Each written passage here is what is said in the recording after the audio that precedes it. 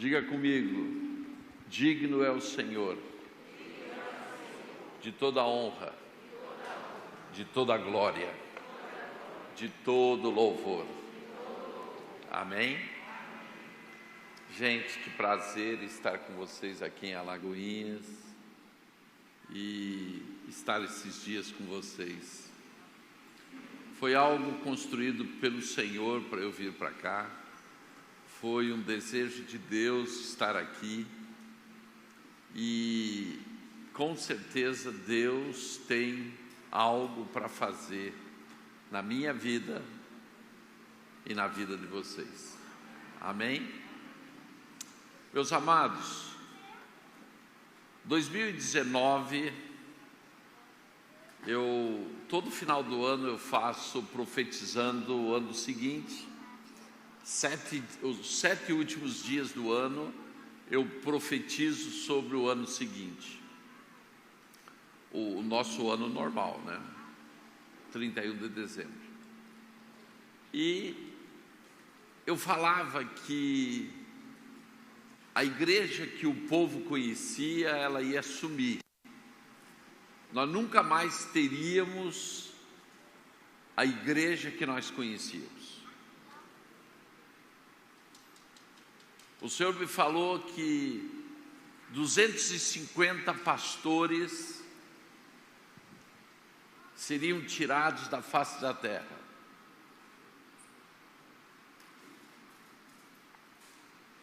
E me falou que era a prova do incensário, que muitos tinham deixado a glória de Deus para andar no sucesso dos homens. E 2019 nós não sabíamos nada sobre pandemia. Quer dizer, era uma coisa absurda o que Deus estava me mostrando. E entramos em 2020, e quando eu estou no Peru, eu assisti pela televisão um comunicado do presidente do Peru que iam se fechar os aeroportos e que a partir da meia-noite ninguém mais saía ou entrava do Peru. E eu peguei o último voo para o Brasil, e aí se fechavam todas as fronteiras, e aí se fecharam as igrejas, e aí mudou a história de muitas pessoas. Da mesma forma que Deus é capaz de formar uma nação em um dia, Ele é capaz de transformar a igreja em 1 minuto. E a igreja que nós tínhamos jamais vai voltar a ser igual. Porque muitas coisas Deus começou a mudar na igreja. Tem pessoas que estavam na igreja que nunca mais voltaram para a igreja. E tem alguns que estavam fora da igreja que vieram para a igreja. E por que isso? Porque esta década é uma década de extrema transformação. É uma década apostólica. E por ser uma década apostólica, nós estamos para ver mudanças radicais em todas as áreas, não só dentro da igreja. Essa década é uma década que vocês vão ver acontecer uma transformação muito grande em todas as nações e de uma maneira tremenda o que Deus vai fazer na vida do homem para buscá-lo. Por quê? Nós iniciamos o último mover de Deus na face da terra. E esse penúltimo mover de Deus é o que nós conhecemos da Igreja Gloriosa, os filhos de Deus. Então, ontem à noite nós falamos um pouco sobre isso. Agora chegou um tempo de uma fixação da identidade dos verdadeiros filhos de Deus. Aquela perfumaria que nós vivíamos antes, de oba-oba, nós vamos ver uma grande transformação dentro da igreja. Por quê? Porque a igreja não vai mais conseguir ser igreja de oba-oba.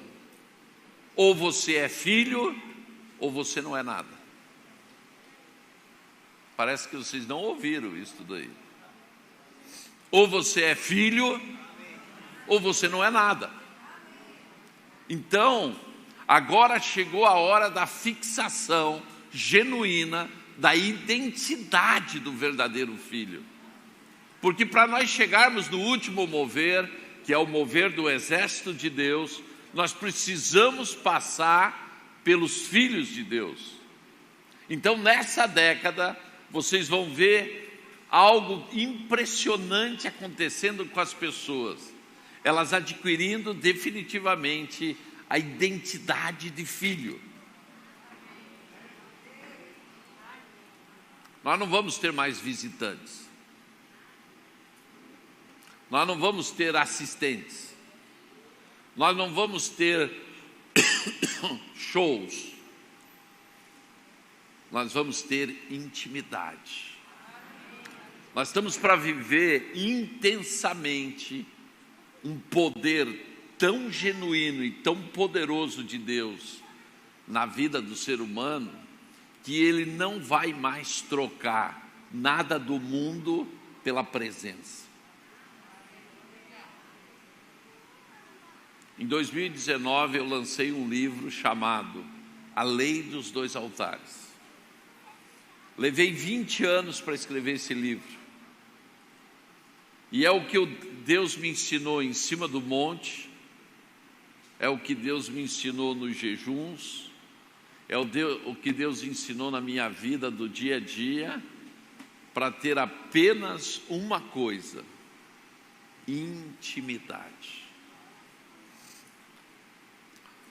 Para eu viver o sobrenatural de Deus, para mim se tornou o natural da minha vida. Mas por que se tornou o natural? Porque eu aprendi o segredo da lei dos dois altares. Davi conhecia o segredo da lei dos dois altares.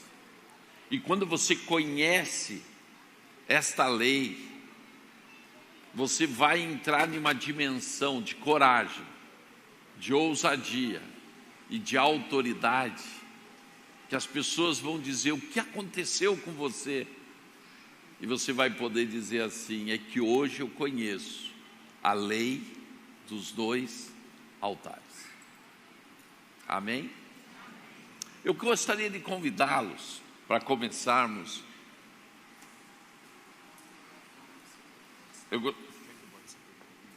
Não precisa.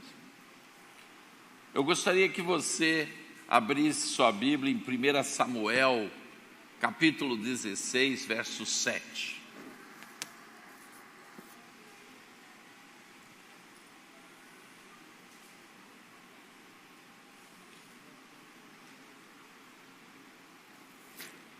Há 5 anos atrás, eu estive neste local, neste território,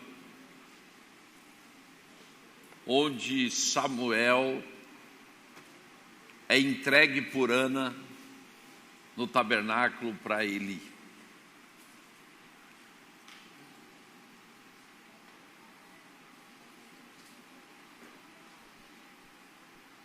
Este local, onde era esse tabernáculo, Ana fez a oração mais interesseira que um ser humano pode fazer. E é o local onde Deus se mostra o maior interesseiro de todos. Ana disse: se tu me deres um filho, eu te entrego um profeta. Ana tinha um interesse e Deus tinha outro interesse. E os interesses se uniram e aconteceu o inexplicável. Uma mulher que era estéril passa a ser fértil. E traz à existência um profeta para aquele tempo, que não só seguia a Deus, mas ouvia a Deus. Gente, nós temos que deixar de ser membros de igreja para ser filhos de Deus. Nós temos que começar a viver realmente uma história com Deus. Não é ser a história de Deus. O que está faltando para os crentes é ser filho. Nós sabemos muitas coisas de Deus, mas o que Deus quer te levar nesta manhã é uma outra dimensão. É a dimensão de filho, é a dimensão daquele que deixou de ser servo, deixou de ser membro de igreja, deixou de ser alguma coisa parecida com crente, para ser o quê? Filho. E Ana queria um filho. E por incrível que pareça, neste lugar, há 5 anos atrás, mais ou menos, eu e minha esposa fizemos uma oração pela nossa nora, que tinha perdido uma gestação há pouco tempo e não conseguia engravidar. E naquele local, no mesmo local onde Ana fez aquela oração, eu e a minha esposa trouxemos à existência uma outra Ana. E daquela oração nasceu Ana Vitória, a nossa neta mais velha. Então significa que você, quando você realmente é filho, você consegue trazer à existência o que não pode existir. Até mesmo para acabar com a tua esterilidade espiritual, a tua esterilidade física, a tua esterilidade financeira, a tua esterilidade de relacionamentos, tudo pode extinguir desde a hora que você faz a proposta correta para o Senhor e diz o quê? Eu quero ser teu filho. Eu não quero ser o teu servo. Eu não quero ser o membro de uma igreja. Eu não quero ser um assistente de culto. Eu quero ser o teu filho. Então, neste lugar, uma criança é entregue para o pior pastor que alguém podia entregar. Eli, que não sabia nem educar seus próprios filhos, agora tem a responsabilidade de receber de uma mulher que era estéril, a obrigação e a responsabilidade de preparar um profeta.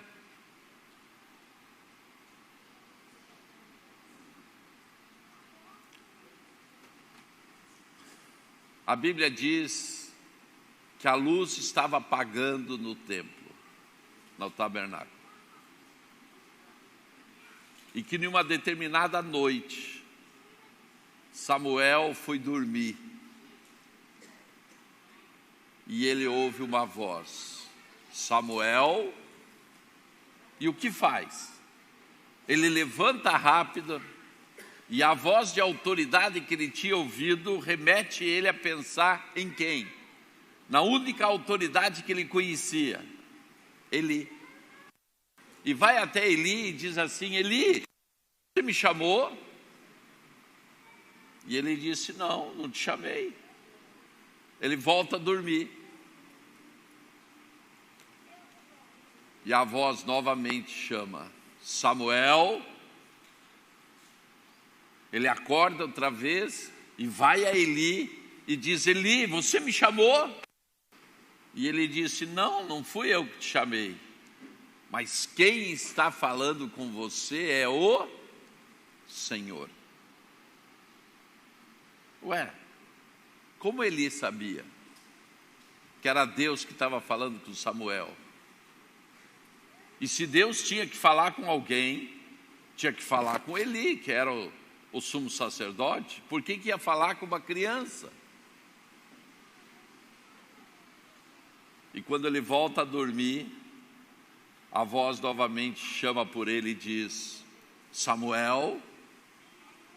E ele diz: eis-me aqui.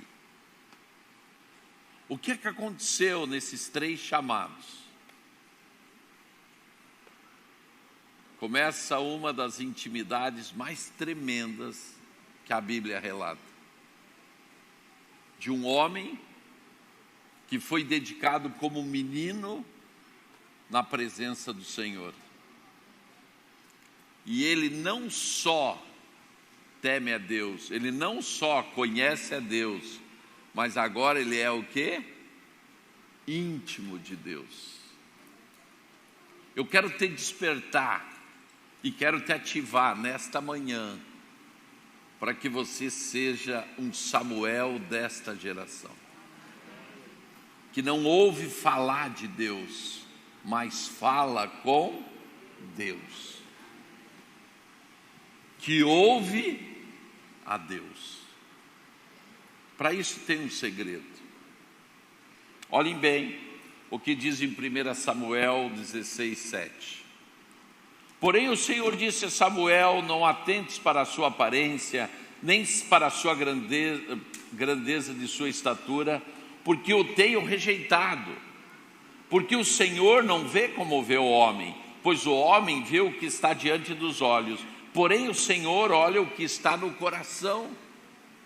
Gente, esta passagem, ela não me chama a atenção pelo seu texto em si, ela me chama a atenção com quem que Deus está falando. Ele está falando com um homem que ouvia ele, que tinha intimidade com ele. Por que Deus agora tem que falar com Samuel nesses termos? Samuel, você está sendo enganado pela aparência. Samuel, eu não estou na aparência, eu na verdade vejo o que está no coração. Samuel, você pode fazer um monte de coisa, mas o que eu vejo não é o que você faz, eu vejo é o teu coração.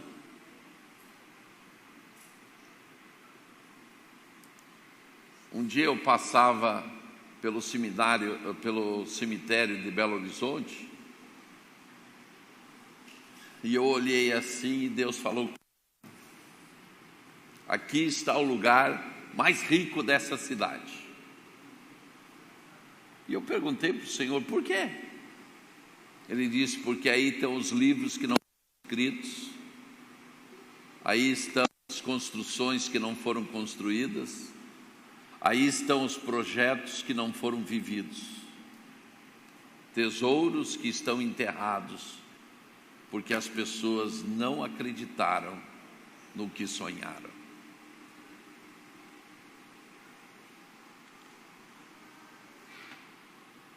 Sabe por quê? Porque nós estamos acostumados de viver de aparência, fazer para os outros verem e fazer para a opinião dos outros, mas esquecemos de uma coisa: a única opinião que deveria importar é a do Senhor, porque Ele vê o meu coração.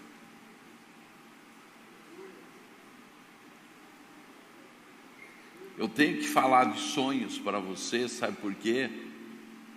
Porque os sonhos que Deus tem dado, ou te pôs no teu coração, eles têm 2 destinos.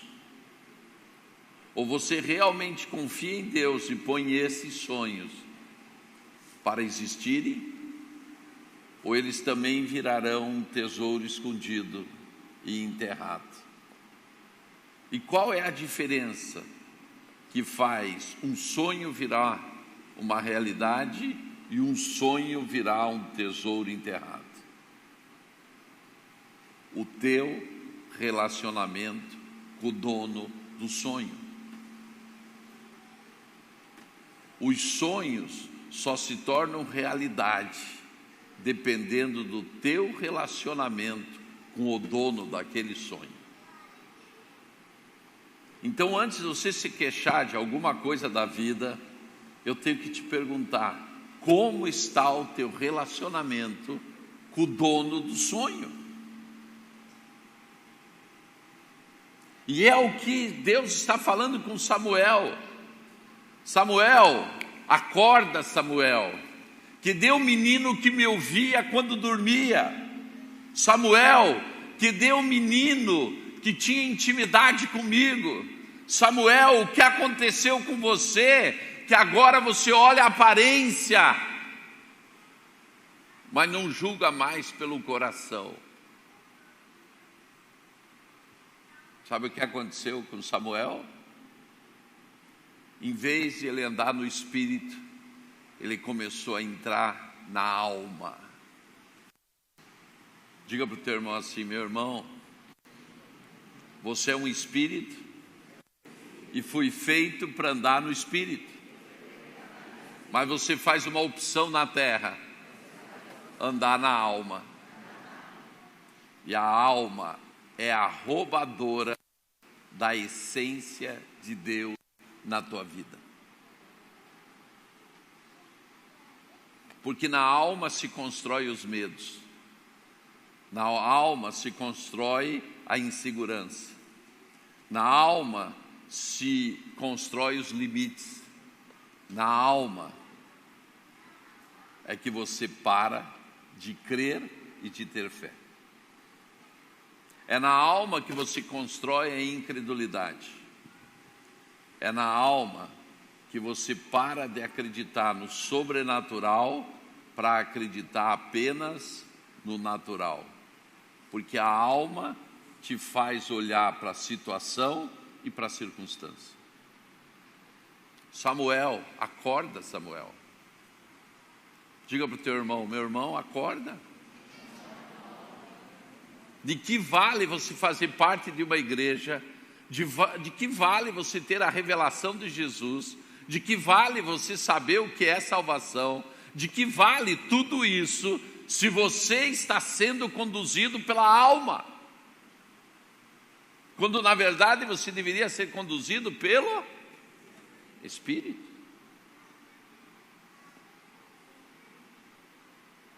Samuel, que Deus, Samuel, que acordou com a minha voz. É isso que Deus está chamando a atenção de Samuel. E você pode me dizer assim: mas Samuel era Samuel. Samuel era Samuel até que foi Samuel, mas deixou de ser Samuel quando se envolveu em um sentimento de perda.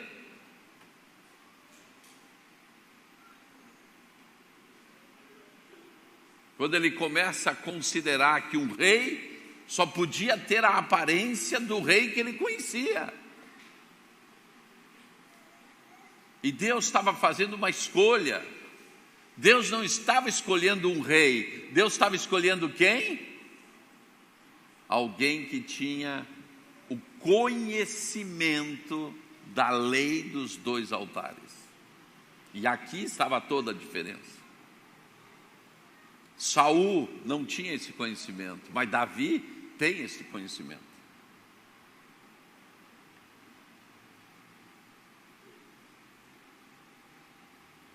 O que aconteceu com Samuel? Se envolveu nos sentimentos. Diga para o teu irmão assim: meu irmão,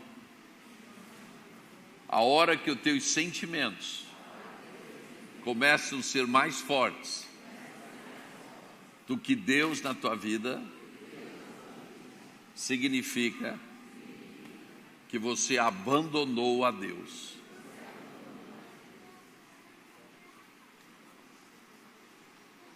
Meu Deus, apóstolo, como pode ser uma coisa tão grave assim? A verdade é essa. Jonas não foi para Nínive, não foi por outro motivo, a não ser um sentimento. E deixou um profeta como Jonas, deixou de obedecer a Deus por causa de um sentimento. E por que você deixa de obedecer a Deus? Por causa de um sentimento. Isto é, o controle da alma e não o controle do espírito.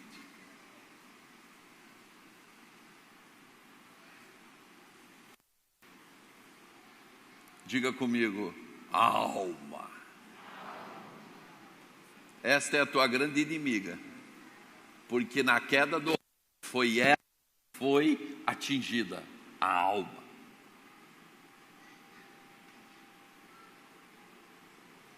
Samuel recobra e diz: meu Deus, é mesmo, eu estou me movendo por aparência.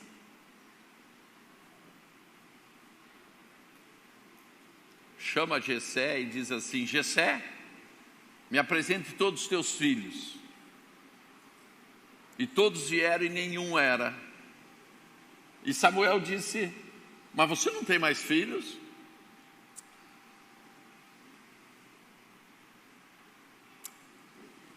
Jessé não queria falar. Eu tenho Davi. Porque os historiadores dizem que provavelmente Davi era um filho bastardo. Eu tenho Davi. Samuel teve que impor uma situação. Ele diz: Jessé, ninguém come nesta casa enquanto esse rapaz não chegar na minha frente. Mas por que Deus escolheu Davi? Diga comigo, porque ele conhecia a lei dos 2 altares. A escolha para ele se tornar um homem segundo o coração de Deus está na essência do que ele conhecia, a lei dos 2 altares. O homem e a mulher que conhece esta lei vai desfrutar o melhor da terra, vai desfrutar da maior intimidade com Deus, vai desfrutar de tudo que tem reservado para ele. Por quê? Porque ele vai aprender o maior segredo espiritual que está na Bíblia. Eu acho, Helder, que eu vou falar a manhã inteira aqui na lei dos 2 altares e ninguém vai saber o que é a lei dos 2 altares. Porque ninguém me pergunta: mas apóstolo, qual é a lei dos 2 altares? Mas ninguém me pergunta, como que eu vou falar? O cego de Jericó gritava: Jesus, filho de Davi. Mas Jesus na hora chegou para ele e disse: afinal, o que você quer? Então eu quero perguntar para vocês: o que vocês querem? Vocês querem o quê? Então vamos a ela. É tão simples. Eu já podia ter falado há 10 minutos atrás sobre isso. Mateus capítulo 6, verso 6.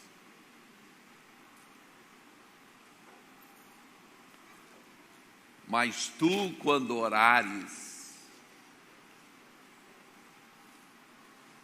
entra-te em tua câmara,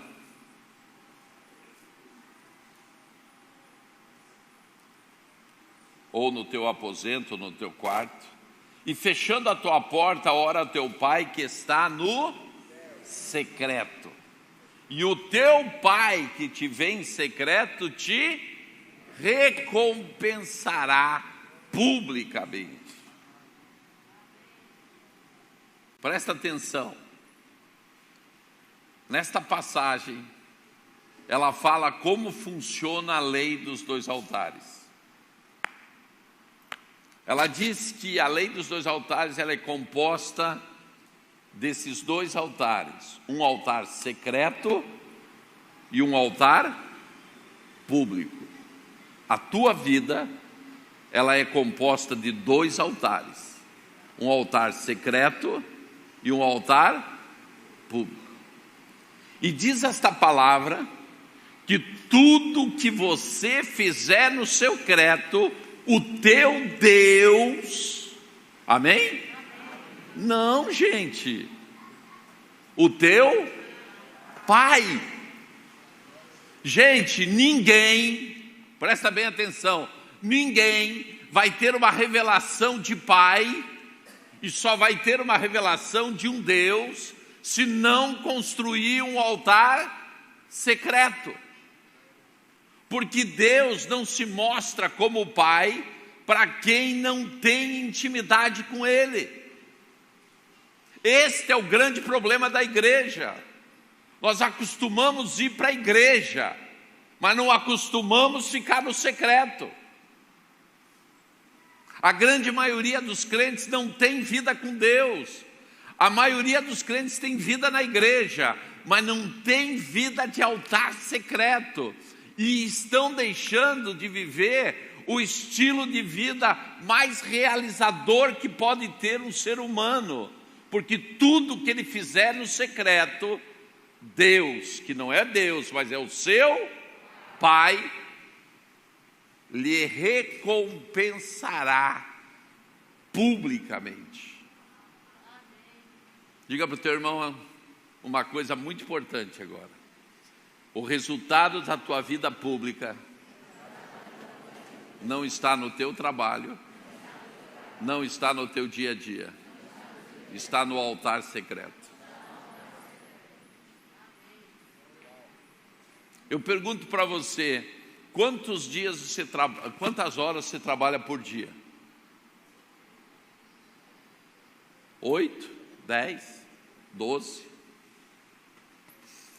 Quantas horas você fica no altar secreto por dia?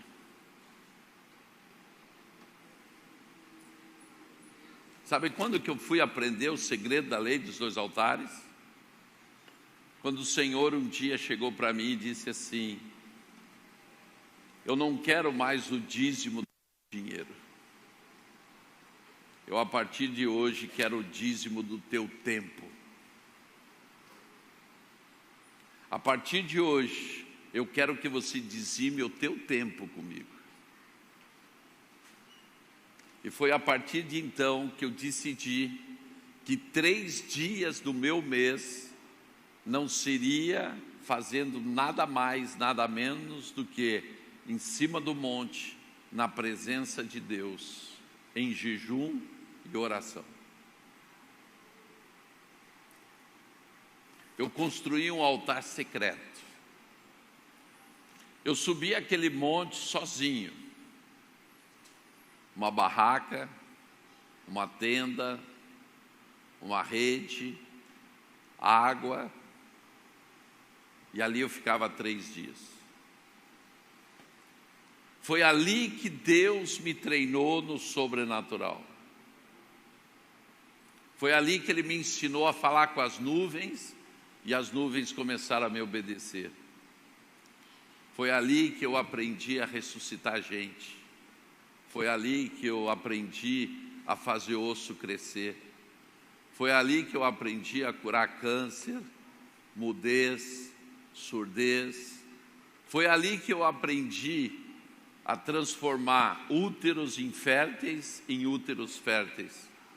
Foi ali que eu aprendi tudo o que eu sei do sobrenatural. Não foi na igreja, não foi nos cultos, foi no altar secreto. Tudo que vocês imaginarem que está na Bíblia, eu já vivi. A minha vida é marcada por sinais, milagres e maravilhas. Mas sabe aonde que eu aprendi isso? Em cima daquele monte, a sós com o papai. Mas sabe qual foi a primeira coisa que ele me ensinou em cima daquele monte? Que eu tinha um pai.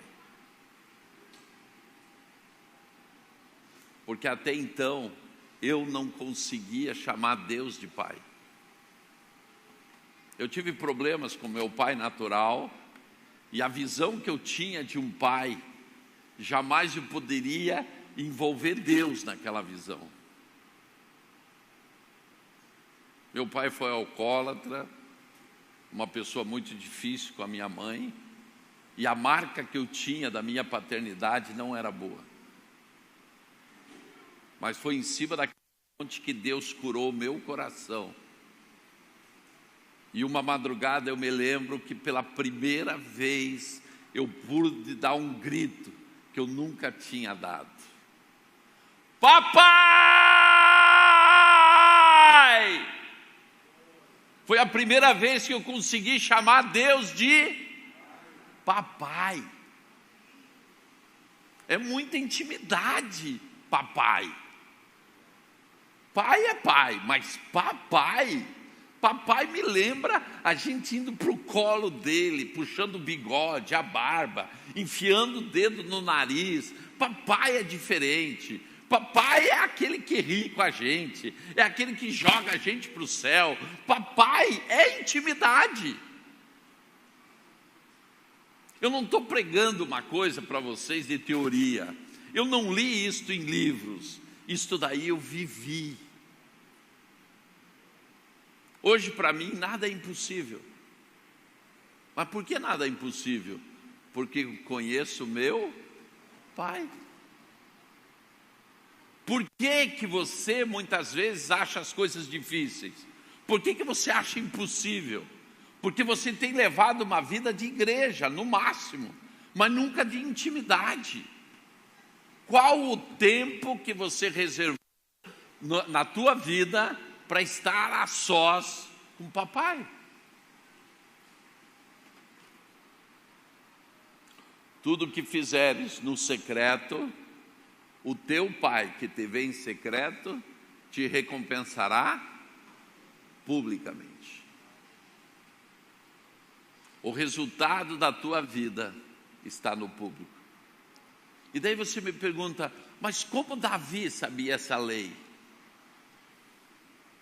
Davi, quando ninguém queria saber dele, ele estava lá no secreto, a sós com o papai. E secreto, a sós com o papai, ele aprendeu que o altar secreto é o altar que Deus nos treina para termos sucesso no altar público. E Deus sabia que Davi teria que ter um sucesso, teria que derrotar um gigante. E no altar secreto, sem expor Davi, Deus manda um leão.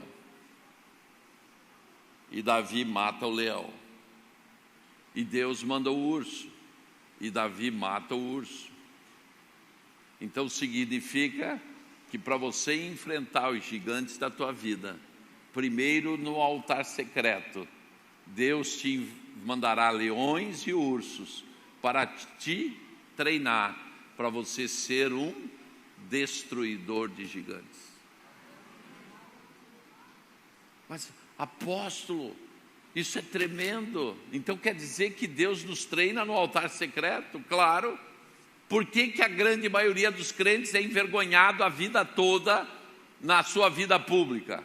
Porque na verdade não tem uma vida de altar secreto. E por não ter uma vida de altar secreto, vai continuar passando vergonha. Porque nunca terá sucesso no seu altar público. Eu pergunto para vocês, quando Davi chegou no vale, onde tinha um gigante, como que era o nome do gigante? Como? Como? Falem alto, gente. Golias? Não, gente. Isto é o nome que Israel chamava o gigante. O nome filisteu dele ninguém sabe. O nome que Israel chamava o gigante era o quê? Golias. Porque Golias significa o quê? Aquele que me envergonha publicamente. Então, quando você diz assim, porque um gigante se levantou na minha vida, você está dizendo o quê? Aquele que me envergonha publicamente se levantou. Estão entendendo agora? Durante 40 dias, 2 vezes ao dia, aquele gigante se levantava e gritava: dai-me um homem! E milhares de do exército estava ali e nenhum era homem, porque ninguém enfrentava ele. Mas chega Davi. Davi que sabia o quê? Tudo que fizeres no secreto, teu pai que te vê no secreto te recompensará publicamente. O que ele faz? Qual é a primeira pergunta que ele faz? No que ele está interessado? Fale para mim, gente. Ele está interessado no quê? Na recompensa. O que ganhará aquele que destruir esse incircunciso? Disseram assim: vai ganhar muito dinheiro, vai casar com a filha do rei e nunca mais vai pagar imposto. Ele disse: estou dentro. Mas como está dentro? Olha o tamanho do cara, olha a arma do cara, olha tudo aqui. Que gente! Quem tem altar secreto não está preocupado com o tamanho do gigante. Quem tem altar secreto não está preocupado com o tamanho da arma do gigante. Quem tem altar secreto só sabe de uma coisa: só duas coisas podem acontecer com o gigante: ou ele cai, ou ele cai. Você viu como muda totalmente a figura da guerra? Quando você tem um altar secreto? Por quê? Porque você já sabe o resultado. E o resultado é o quê? A vitória. Faça uma análise. Como que você julga um desafio na tua vida? Como que você vê o resultado do desafio? Aqueles que têm certeza do que vai acontecer é porque tem um outro nível de intimidade com Deus. Cutuca teu irmão e diz assim: meu irmão, o segredo da lei dos dois altares é que você vai mudar o teu estilo de vida.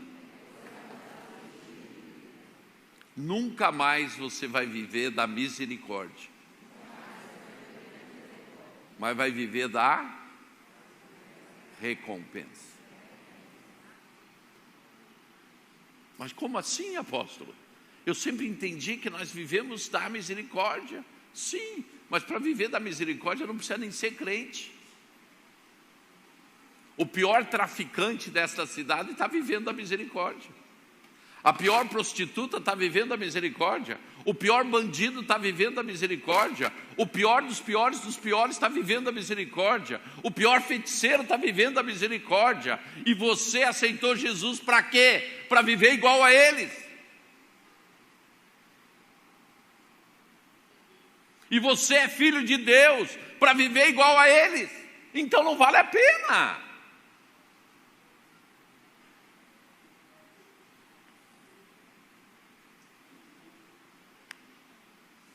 Existe um estilo de vida para filhos. E o estilo de vida para filhos é viver da recompensa. Tudo que fizeres no secreto, o teu pai que te vê em secreto te recompensará publicamente.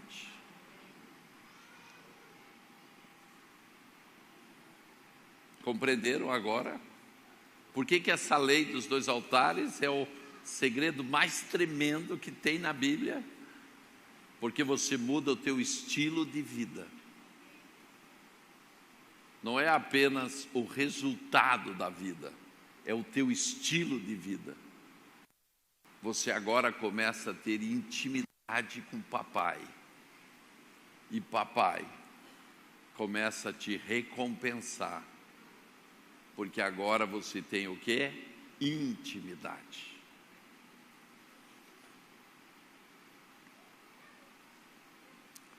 Davi não olhou para nada, e a Bíblia diz que ele partiu em cima do gigante.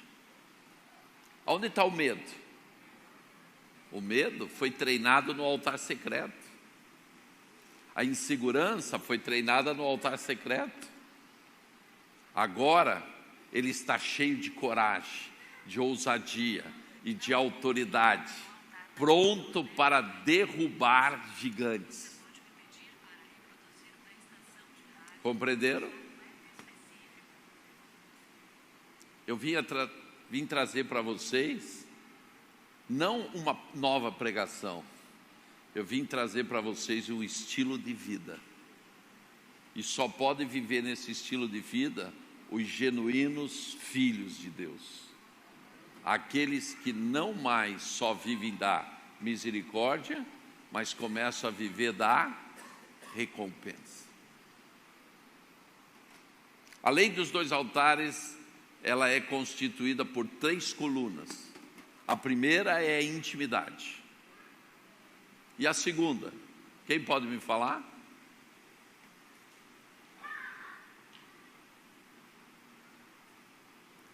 Quem pode me falar? Ninguém, gente. Está em Mateus 6,18. Abra sua Bíblia, Mateus 6,18.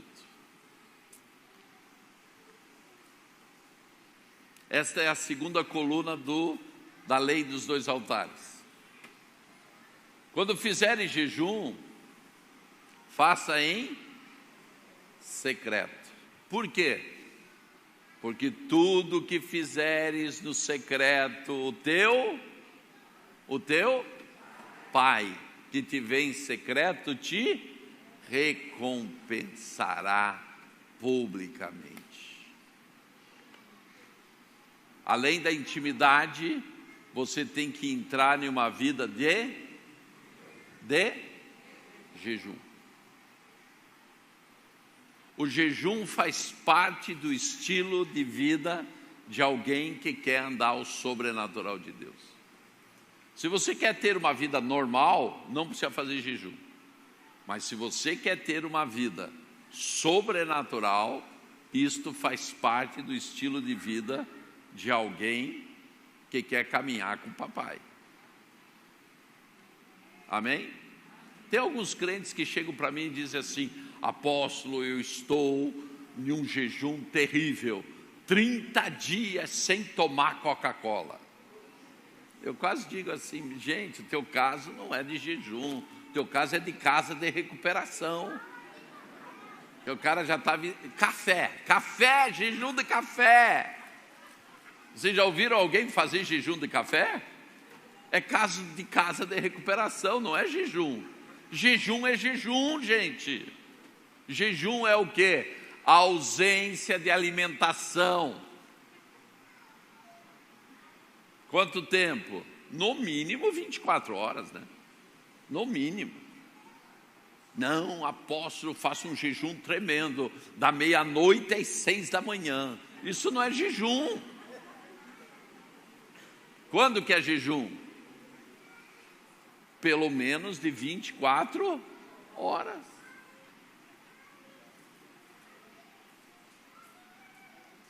Eu tenho uma pessoa que caminha comigo, nunca tinha feito jejum na vida. Eu digo: mas você tem certeza que você quer caminhar comigo? Ela disse: quero. Eu digo: mas tem certeza? Porque às vezes é na emoção, né? Como eu sou uma pessoa muito conhecida na internet e nas igrejas e tal, a pessoa se empolga. Eu digo: mas você tem certeza? Ela disse: quero.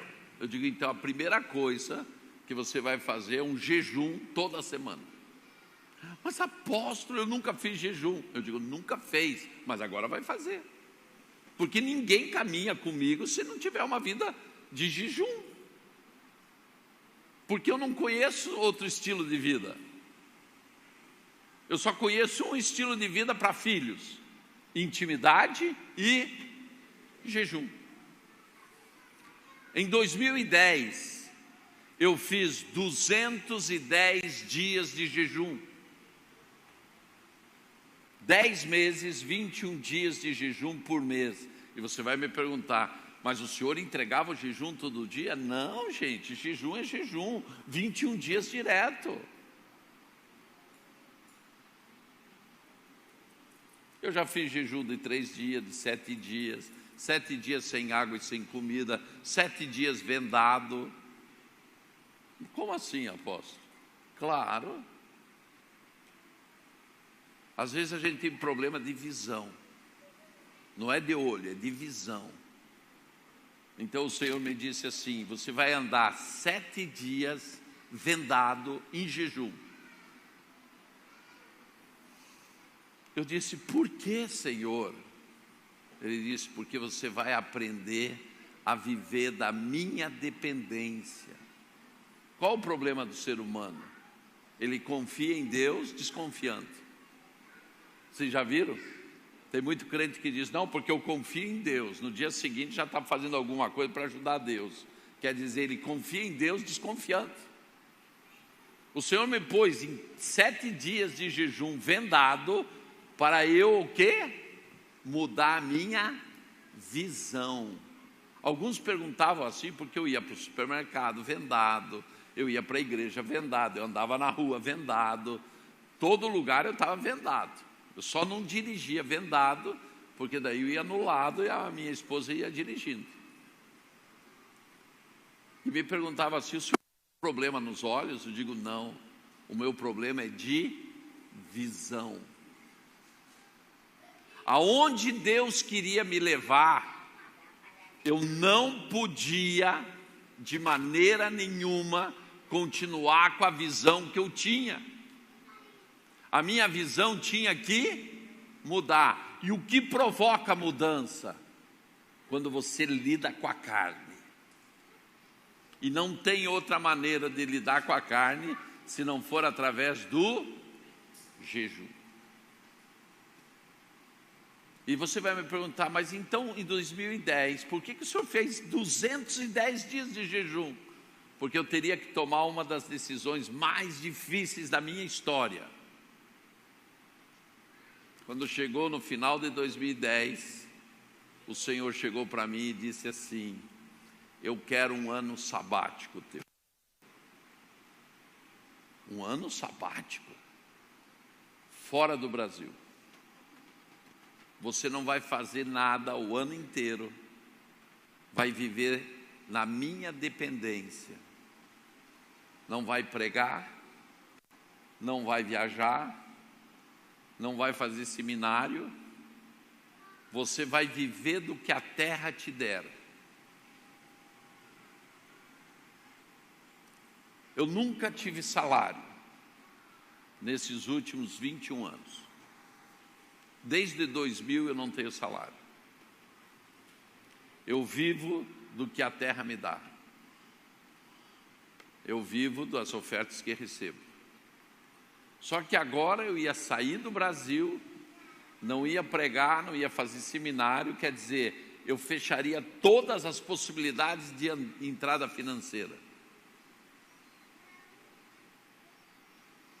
Deus falou comigo, mas não falou com a minha esposa. E agora? Gente, quando fala de mulher, a coisa não é fácil. É ou não é? Quando é só com a gente resolve. Mas quando põe a mulher na história, a coisa fica difícil. Fui falar com ela. Eu chamo ela de menininha. Eu digo: menininha, Deus falou comigo que quer um ano sabático meu, fora do país. Ela olhou para mim e disse: e nós vamos viver do quê? E eu respondi para ela a única resposta que eu conheço: aquele que manda, paga a conta. Diga para o teu irmão: aquele que manda, paga a conta.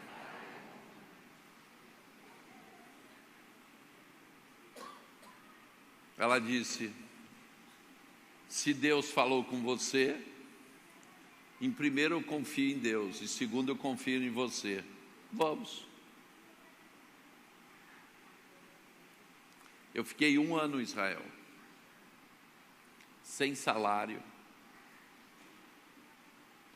pagando um aluguel de R$ 2.500 por mês, visitando 10 nações diferentes, porque eu tinha que sair de Israel por causa do visto, mantendo uma casa no Brasil, porque eu tinha 2 filhos na universidade, e nunca nenhuma conta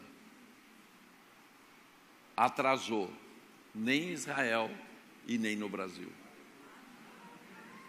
Eu pegava o meu cartão do Banco do Brasil, descia do 14º andar no térreo, onde tinha um caixa eletrônico, e eu punha ali para ver o meu saldo.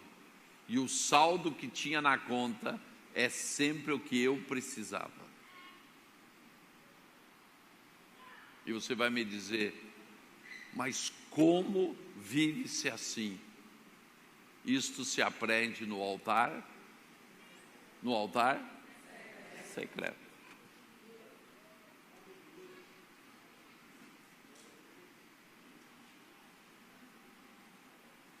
Terminei o meu ano sabático na Suíça. 6 dias nos Alpes suíços, comendo chocolate suíço. É uma coisa terrível. Andar com Deus não é fácil, gente. É uma prova constante. Não é fácil. E você me diz assim, mas apóstolo, como que o senhor explica tudo isso? Isso eu explico no altar secreto. Isso eu explico na intimidade. Isso eu explico numa vida de jejum. Não tem outra saída. Quem quer viver o sobrenatural de Deus tem um segredo. E o segredo é a lei dos 2 altares. Constrói um altar secreto. E tudo que fizeres no secreto, teu Pai, que te vê no secreto, te recompensará pública.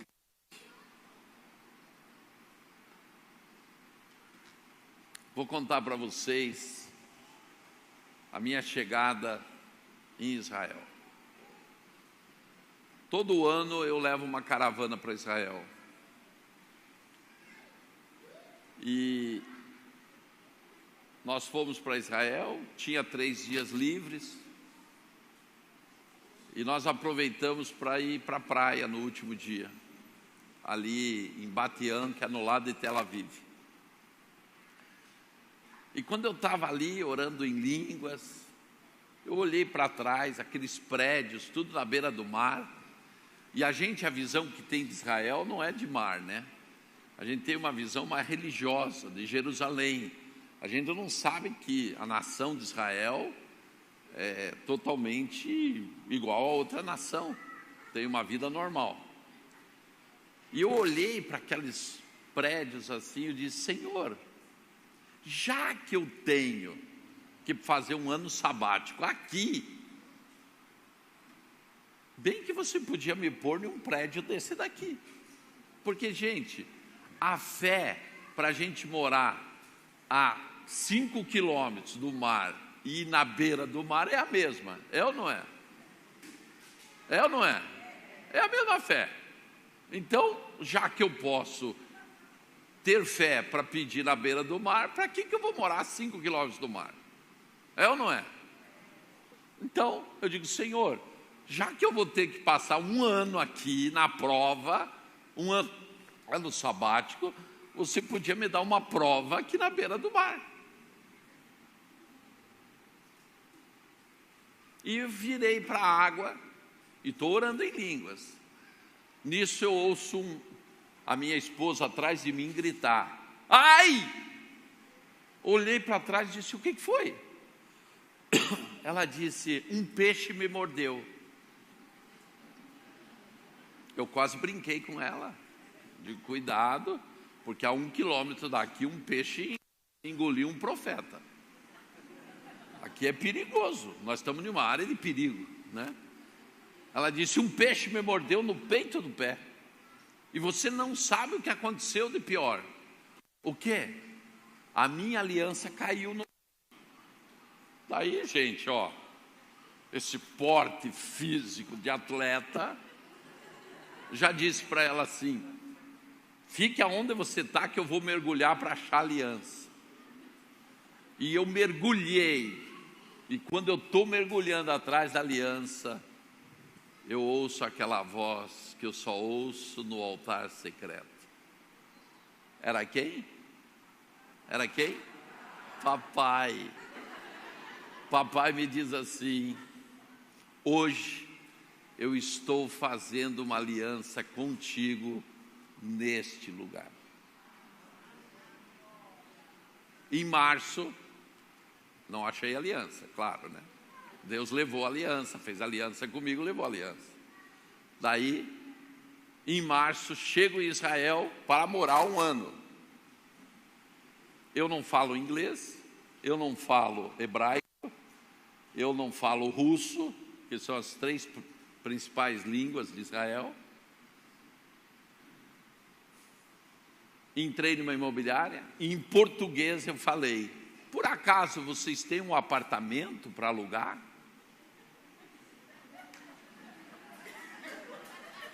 O pessoal não me compreende, que eu ando o mundo inteiro sem falar absolutamente língua nenhuma, e eu falo em português, e eles me entendem na língua deles, e eles falam na língua, e eu entendo em português. Tenho culpa eu, se sou o queridinho de papai. Tenho culpa. Esses dias eu fui para Israel com o apóstolo Lamartine Possela. Ele fala 8 línguas. E ele na rua, vendo eu falar com o povo em português e tal, ele chegou perto de mim e disse: Coraiola, eu não te compreendo, Coraiola. Não é possível que eu falo 8 línguas, você não fala nenhuma, o pessoal fala com você, te entende, você entende o que eles falam, eu não te compreendo. Eu digo: mas não é isso que Pedro viveu no dia de Pentecoste? Se ele viveu e era um pescador e não conhecia quase nada, eu também não posso viver isso.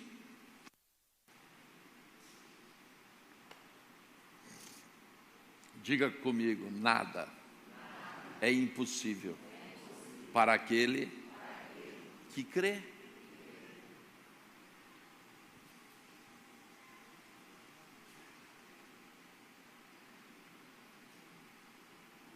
Tem um apartamento para mim? O dono da imobiliária olha para mim e diz: momento. Manda vir o carro, me põe no carro, eu e a Marili, começamos a andar, para em um prédio, atrás de um prédio, subimos no 14º andar, entramos no apartamento. Quando ele abre a cortina, eu estou aonde? Na frente onde a aliança caiu. E foi ali que eu morei 1 ano. Não é fácil. Aquele mar verde. Gente, não é fácil todo dia você olhando aquela onda indo e voltando. Indo, é difícil. É terrível. Gente, andar com papai não é fácil. Mas para isso, eu viver isso, eu tive que fazer quantos dias de jejum? 210 dias de jejum para matar a carne e crer. Diga para o teu irmão: meu irmão, enquanto você não puser o jejum na tua vida como um estilo de vida, você não terá esse tipo de testemunho para dar.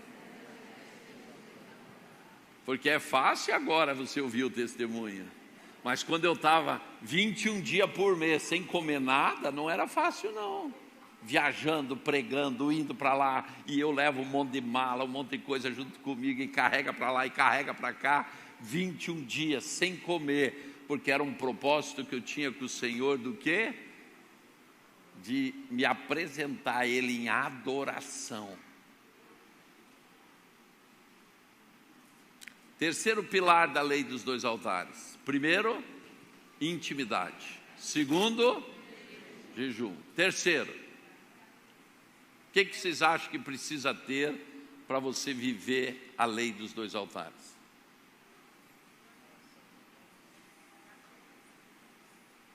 Fala, gente. Parece que vocês não me conhecem, estão meio acanhados comigo. Vamos lá, fala. Eu já sei, é esse p... boca que está trancando vocês, né? Daí, quem está sem pano? Hã? Fé, claro. O que é a fé? O que é fé, gente? Quem sabe o que é fé? Fala bem alto. Não, gente, vocês não estão muito bom hoje. Eu acho que está chegando a hora do almoço, né? O que é a fé? Não, eu vou fazer uma pergunta para simplificar. Quem tem uma banana aqui? Alguém trouxe para a igreja uma banana? Traz a banana, por favor. Viu, gente? A gente nunca deve ir para a igreja sem levar uma banana.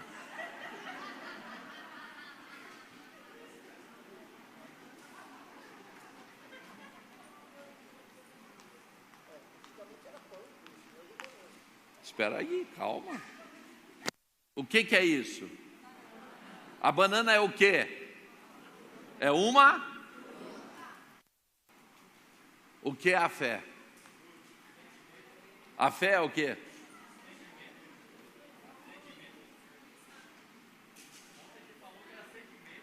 Não. O sentimento é que impede você viver por fé. Eu falei ontem. O que é a fé? Quem tem uma maçã? Você tem uma banana, eu vou pedir a maçã, agora a jaca vai ser logo em seguida. Sim, porque vir para um culto sem uma jaca é inacreditável uma coisa dessa. Quem tem uma maçã? Você já aproveitou comer a banana? Meu Deus, ele está comendo a banana. O que é uma maçã? É uma fruta? Então o que é a fé?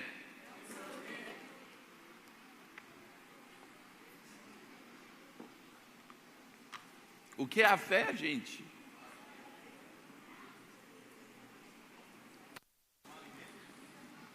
Diga comigo, fé é o quê? Fé é um pensamento. Ou você pensa, ou você não pensa. A fé não é outra coisa. O que é a certeza? E o que é a convicção? Onde que você forma a certeza e convicção? Na tua mente. Então a fé é o quê? É um pensamento.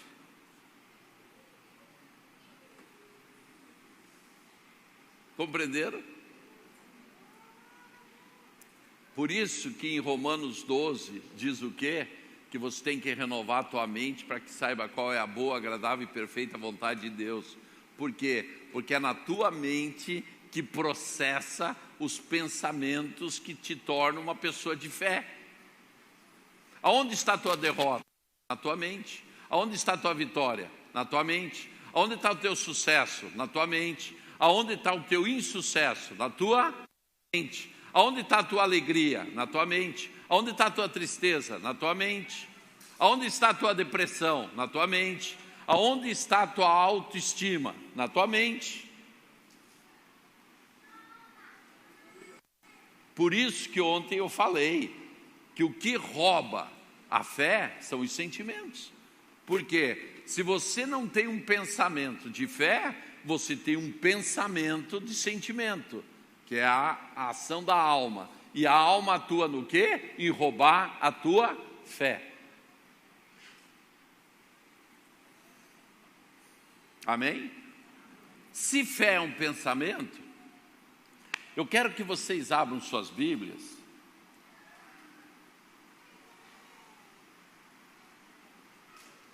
em Hebreus capítulo 11, verso 18.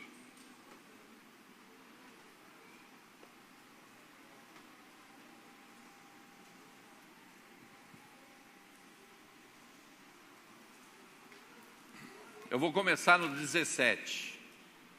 Olha o que diz. Pela fé ofereceu a Abraão a Isaque, quando foi provado, sim, aquele que recebera as promessas ofereceu o seu unigênito. Verso 18. Sendo-lhe dito, em Isaque será chamada a tua descendência. E depois, fala o quê?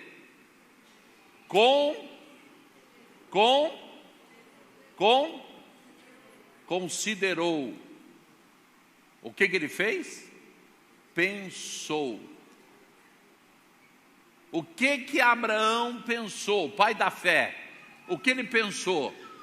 Que Deus era poderoso para até dentre os mortos o ressuscitar. Mas espera aí, gente. Eu e você ter um pensamento de ressurreição, para nós é comum. Por quê? Porque nós temos um referencial. Jesus ressuscitou. Mas nós estamos falando de um homem que estava vivendo há quase 6.000 anos atrás. Ninguém tinha ressuscitado.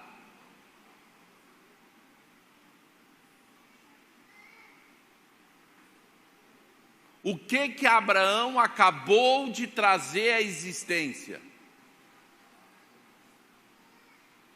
O que, gente? Não a fé. O considerar que é a fé. O que ele pensou? O que ele trouxe à existência? A ressurreição. Olha o que a Bíblia diz. Os céus são de Deus, mas a terra são dos homens. O que você traz à existência na terra? Aquilo que passa pela tua mente. Que nada mais é do que fé ou incredulidade. Certo? Agora, Abraão era o que de Deus? O que era de Deus? Amigo. Então, quando a gente é amigo de alguém, a gente tem uma aliança. Se Deus pediu Isaque para Abraão e Abraão entregou, quem ficou em dívida nessa amizade? Quem? Deus. Quem vai ter que entregar o seu filho? Abraão entregou o filho dele? Sim. Foi até o fim.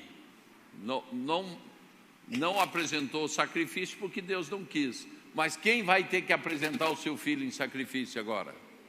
Deus. Jesus morre na cruz? Certo. O que Deus pode fazer com Jesus? Nada mais, nada menos do que aquilo que existe.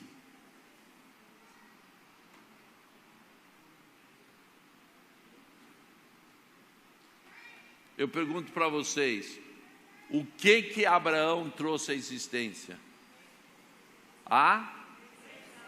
Por isso que somos filhos de fé de Abraão. Porque Jesus ressuscitou, porque um homem como ele, o pai da fé, trouxe à existência o que não existia, a ressurreição. Isto é, ele usou a sua mente para considerar além do natural e trazer o quê? O sobrenatural.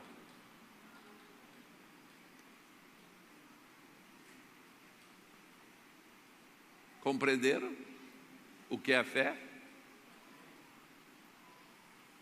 Eu estou em Israel e eu disse para o Senhor, eu não vou terminar esse ano sabático sem antes, Senhor, apresentar um jejum de 40 dias. Apóstolo, 40 dias sem comer? 40 dias sem comer. No último dia do jejum, uma família que nós conhecemos em Israel foi jantar na nossa casa. E na hora do jantar, a mulher me fala o seguinte: apóstolo, eu nunca tinha visto alguém fazer um jejum de 40 dias. Eu posso lhe pedir uma oração? Eu digo, pode, não tem problema. Ela disse, a minha filha nasceu sem os ossos do céu da boca. E os médicos falaram que quando ela completasse 15 anos, ela poderia fazer uma operação de restituição dos ossos, faria um implante de ossos e depois faria uma restauração do rosto. Será que o senhor pode orar comigo para que a operação que ela vai fazer em São Paulo corra tudo bem? Eu olhei para a menina, o rosto dela bem desfigurado. Vocês acham que uma pessoa que está terminando um jejum de 40 dias vai orar pela operação? Sim ou não? Ora pelo quê? Aí que está o jejum. O jejum, ele te faz tirar do natural e te pôr no sobrenatural. Você não ora mais pelo natural, você agora começa a se mover no sobrenatural. Eu olhei para ela e disse assim, osso, o que eu vou fazer? Trazer a existência. Osso, aonde não existe, exista agora. Eu te trago a existência agora em nome de Jesus. Todo osso que não nasceu agora, porque eu declaro na autoridade do nome de Jesus a cura da Jéssica em nome de Jesus. Da onde vem essa ousadia? Da onde vem essa fé? De uma vida de jejum. Resultado, em março ela veio para São Paulo para ser operada e, chegando no hospital, o médico falou para a mãe dela assim, infelizmente não vamos poder fazer a operação. Ela disse, por quê? Ele disse, eu não tenho explicação, simplesmente onde não existia osso, passou a existir. E ela não precisa mais se operar, e as 2 cirurgias que ela ia fazer, ela simplesmente foi curada. Aqui está a Jéssica, totalmente restaurada.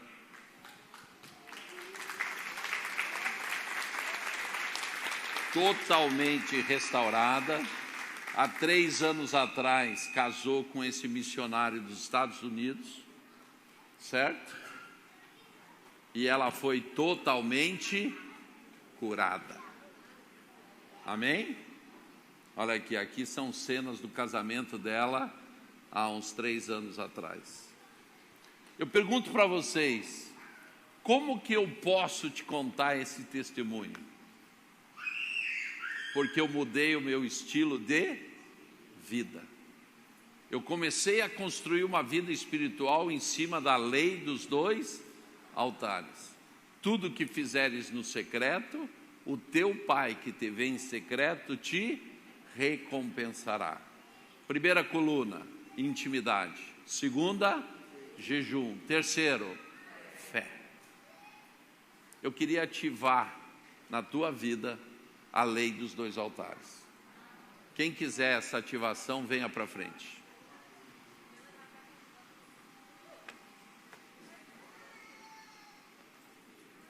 Quem quer ser ativado, venha para frente. Saia do seu lugar.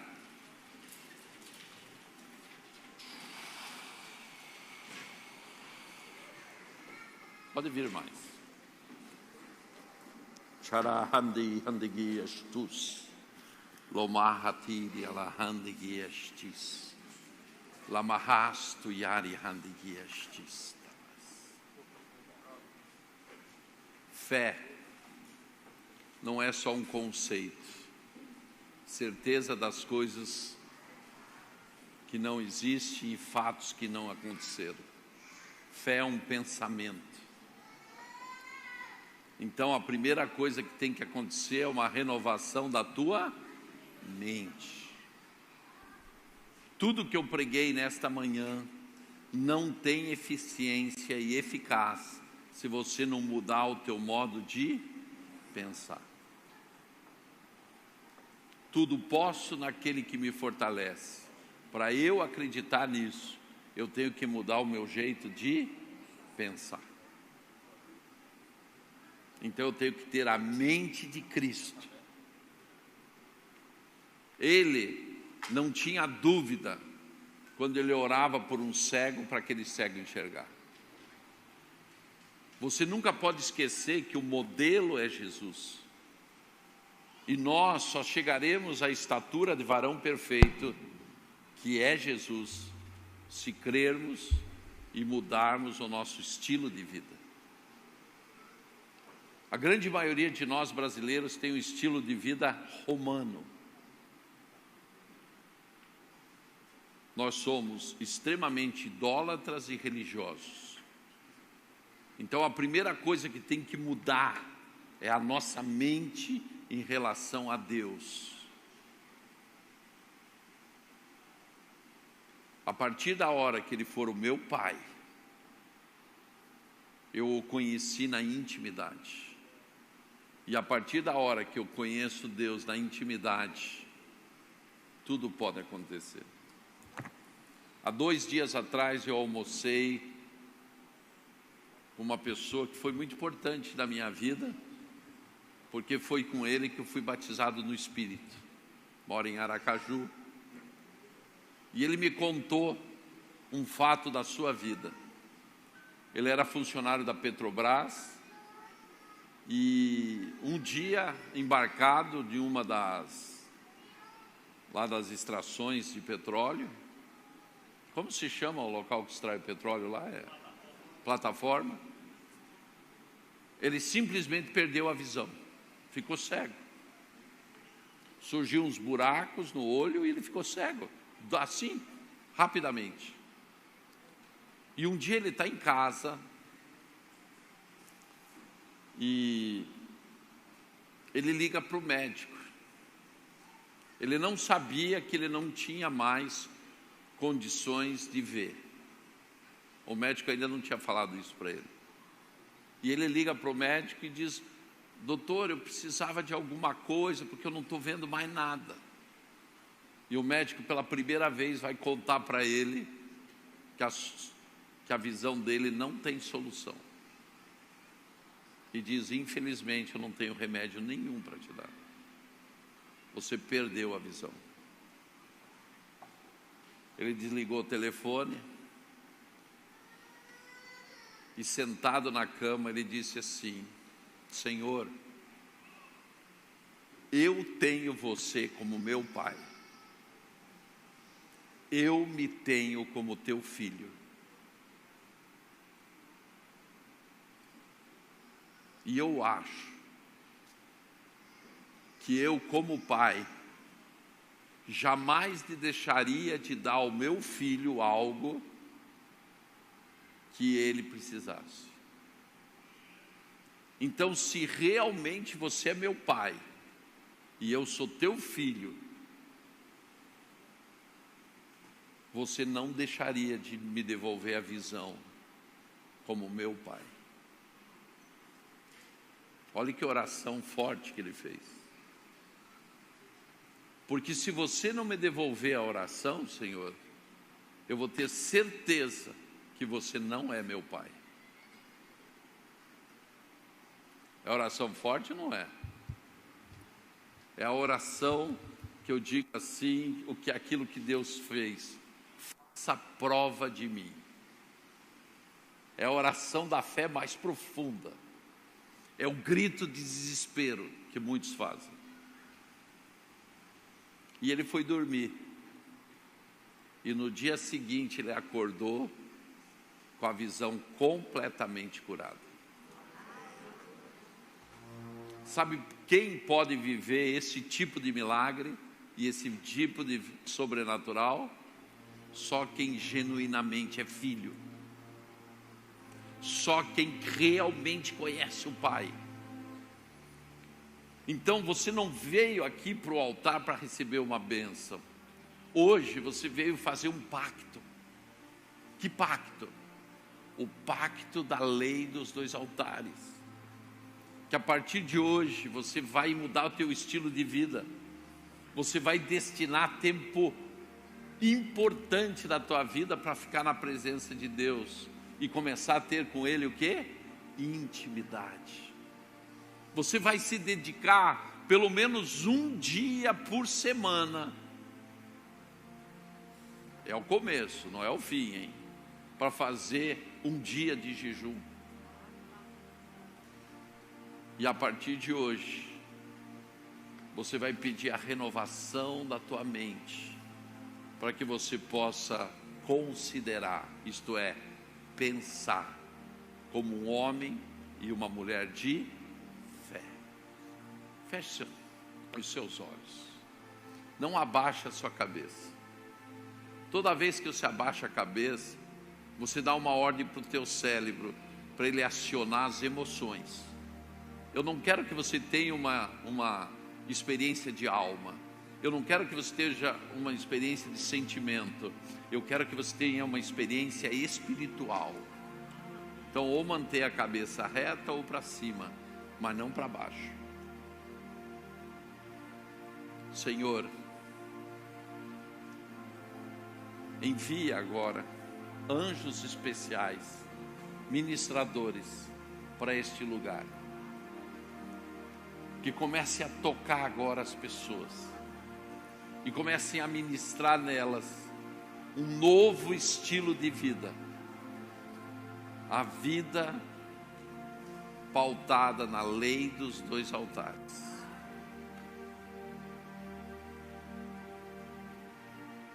Vida de intimidade. Mostra para elas o momento. Mostra para elas a hora, o local que você quer que um encontro com elas.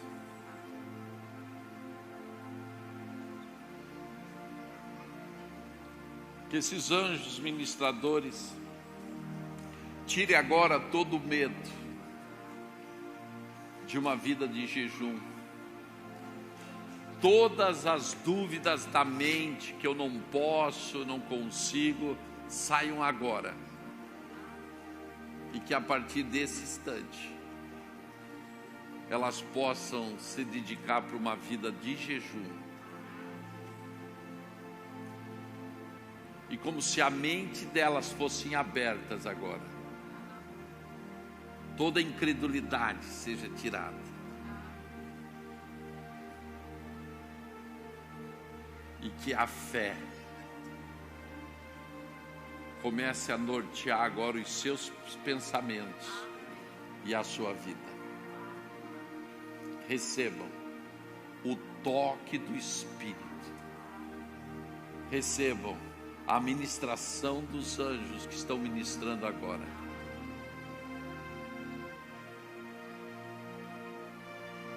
Diga comigo: Senhor, nesta manhã eu estou fazendo um compromisso contigo. Hoje eu conheci a lei dos 2 altares. Pois a partir desse instante eu estou fazendo um pacto contigo, que eu vou ter como meu estilo de vida, como Davi tinha, a lei dos 2 altares: intimidade, jejum e fé, em nome de Jesus. Amém.